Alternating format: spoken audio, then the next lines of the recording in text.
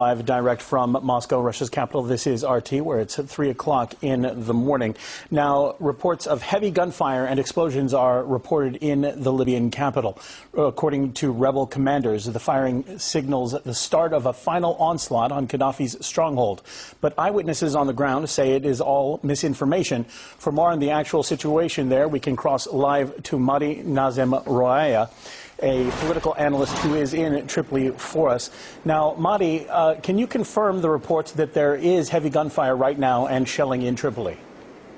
There is gunfire, but it's sporadic, it's not organized, and it's meant to deliberately break down the morale of the population. The main point of the attacks in Tripoli, which are sporadic, is to break down the morale here and cause panic. In fact, the media here at the Rex's Hotel, where I stay at, actually it's called the Swiss now, has been part of this disinformation campaign. They're talking about airlifts. The media is talking, quoting the International Organization for Migratory Workers. They're quoting them and saying migratory workers here want to flee. That is not true at all. They just want to feed the panic here and make the regime collapse. Okay, now you mentioned this disinformation campaign. Could the reports be deliberate disinformation spread by NATO, and who else could be involved? The mainstream media would happen to be involved. I can tell you right now, Reuters put out a release that was widely quoted, saying that one Indian, for example, citizen who was killed here, or from Bangladesh, I'm sorry, one foreign national was killed here a few days ago when NATO was intensely bombing civilian infrastructure. And they didn't mention the civilian infrastructure, I want to add. Well, they quoted that this foreign national was a security guard. This was misinformation. This was not correct. It was changed later. They have been fueling and feeding the psychological war against this country. They want Tripoli to be in panic. That's the whole aim. There's snipers here that are attacking people. There's no aim here, no organized aim. There's snipers attacking people, and there's terrorist attacks here. This is just meant to cause trauma here and make people panic. And that's the truth. Okay, now the rebels faced annihilation back in March before NATO stepped in. Right now they're approaching Gaddafi's strongholds, arguably only thanks to coalition airstrikes. When NATO ends its intervention, won't that leave a massive military power vacuum in the country, or could the alliance be planning to stay just like it's doing in Iraq and Afghanistan?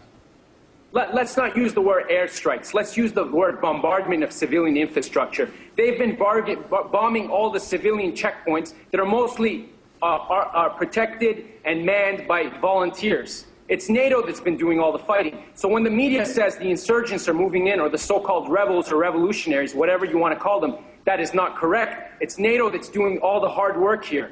And they will not come into Tripoli. The population here will oppose them, but they want this city to be on the brink of collapse because of the psychological war. Can you repeat the rest of that question? Well, actually, my question now is, you're saying that it's NATO that is doing the bombing. Does that mean that the rebels themselves are directed by NATO and that they really have to follow NATO's hard line, if you will, if they do gain control? Absolutely. They coordinate with NATO. NATO is trying to deny this, but they're NATO's proxies on the ground here. This is a NATO operation. NATO has bombed the mint here. NATO has bombed the hospitals here. NATO has bombed. Why would NATO bomb the checkpoints guarding the city? These checkpoints aren't a threat to any civilians here. They're here for security, and NATO's bombing them. In fact, the reporters here are giving the locations of the checkpoints. When the reporters here went to Zlitin, they gave the locations of the checkpoints through satellite radios to NATO. They directly liaisons with NATO headquarters and military officials. And the next night, the checkpoints were attacked. That very night, the checkpoints were attacked by both NATO and the insurgents. So yes, the media here is part of the war machine. All right, and thank you very much. That was Mahdi Nazemroaya, who is in Tripoli for us right now. We'll keep you up to date as more information becomes available.